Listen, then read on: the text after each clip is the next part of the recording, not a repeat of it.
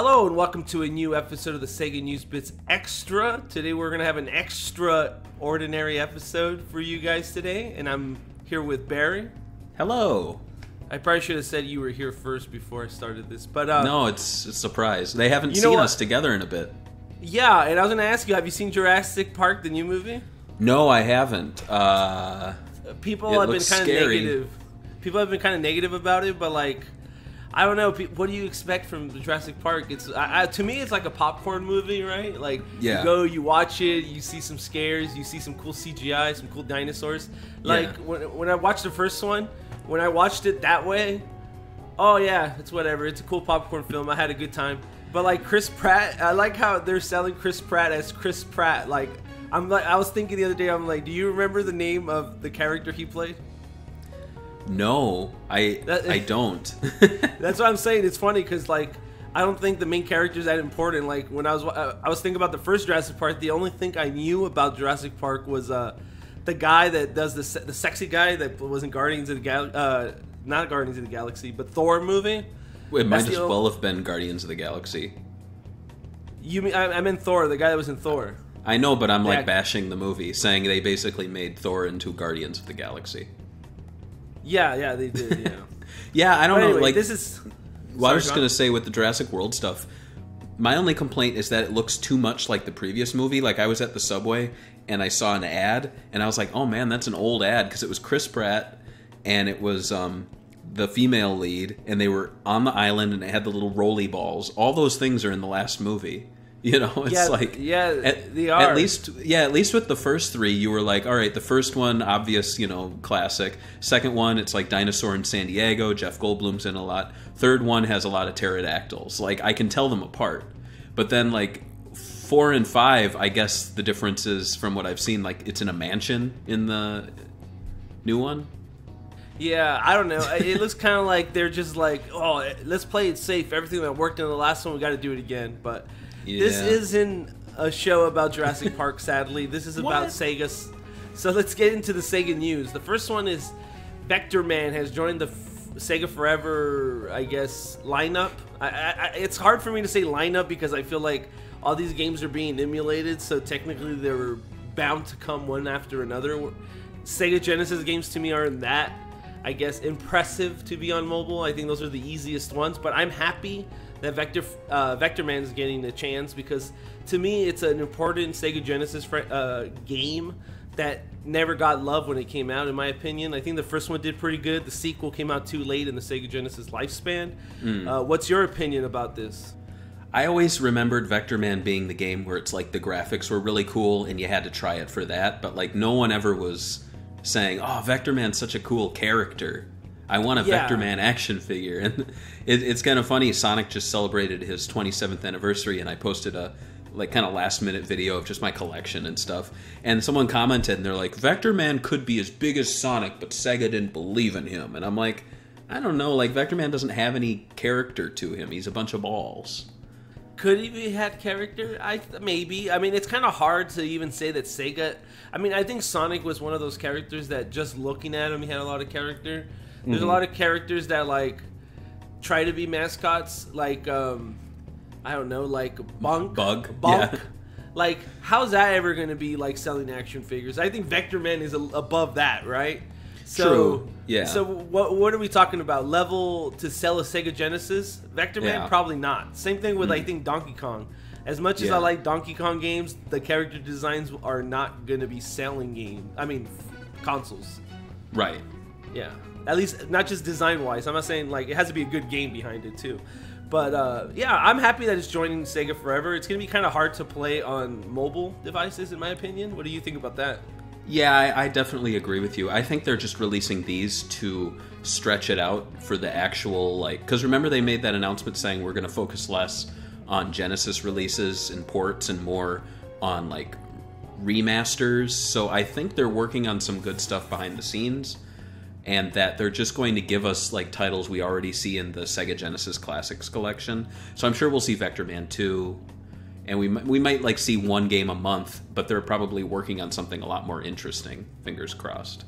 I'm hoping so too. The next one is Shin Sakura Wars. They got a job listing at SEGA.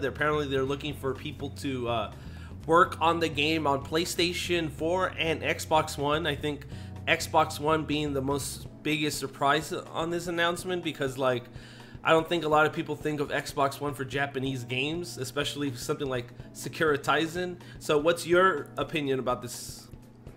It makes sense because we're seeing it with Valkyria Chronicles. Wasn't Valkyria remastered on Xbox, or am I wrong?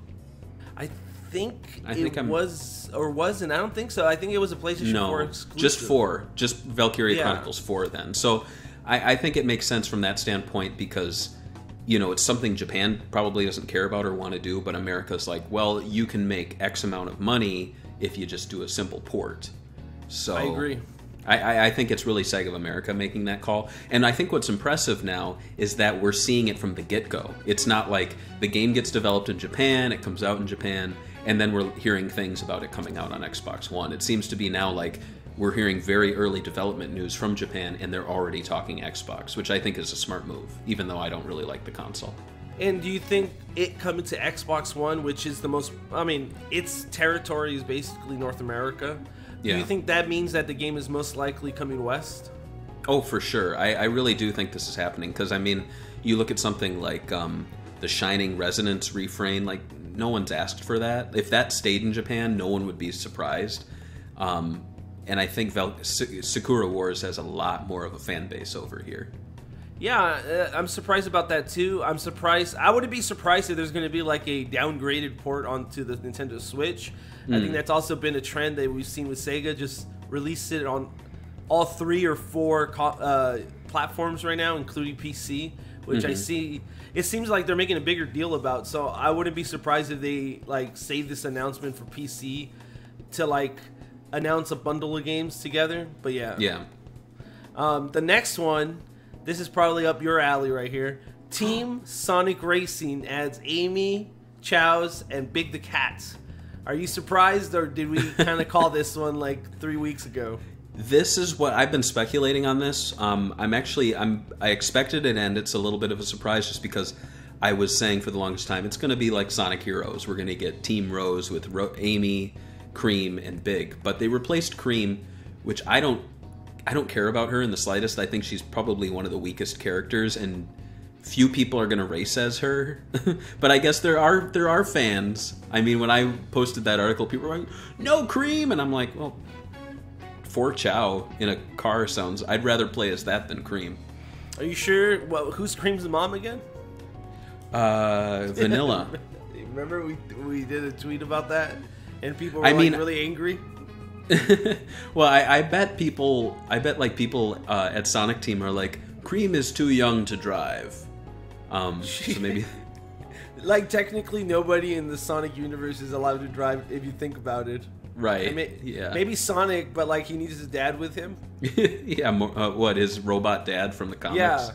Yeah, from the Archie comics. I'm really excited for Big, because they said, I believe, after All-Stars Racing Transformed came out, they were like, oh, Big's not in the game because we retired him. He's not going to be in the games anymore. We're done. Yeah, and he was retired for a while. Yeah, and he's back, and I think that's great because I think Sonic Team is realizing that Big is kind of, this will sound weird, but he's kind of like the Wario of the Sonic franchise, where he's just weird and like doesn't really fit, but everyone likes him. You know what I think it is, though? Like, at the same time that they retired Big the Cat, Wolverine died in the comic books in Marvel, and this year... Wolverine is coming back to the Marvel Comics, and this year is also the big return of Big the Cat. So technically, Big the Cat is the Wolverine of the Sonic the Hedgehog franchise.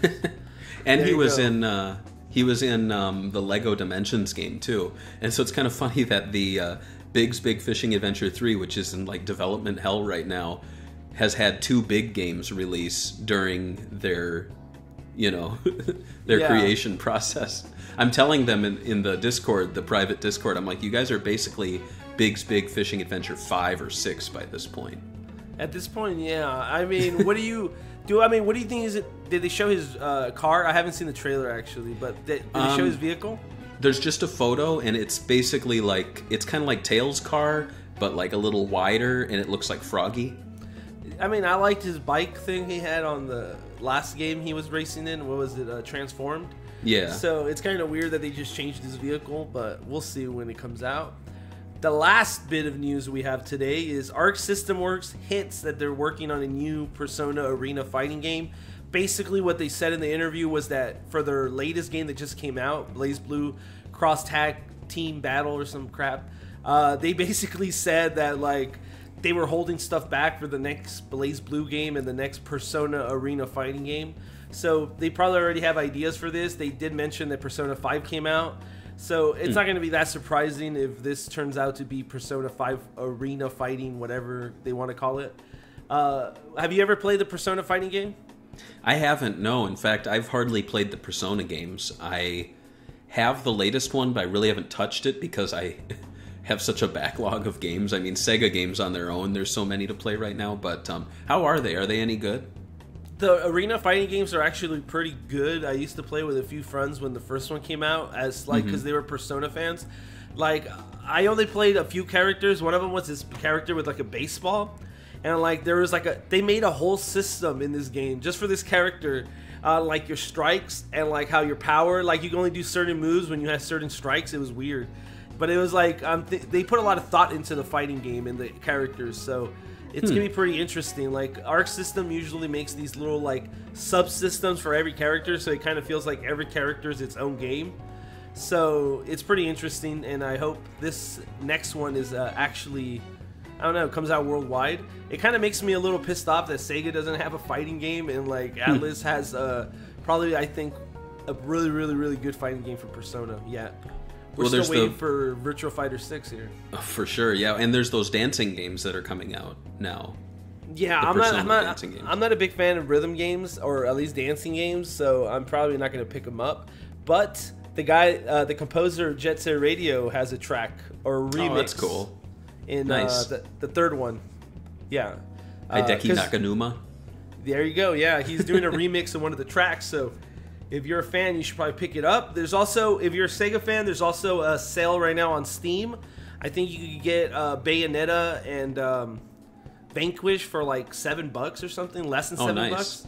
So if you're a Sega fan, probably pick those games up. And I think that's all we have this week. I guess we'll be seeing you next week for more Sega News Bits Extra. Thanks for supporting us. See you guys next week. Bye-bye.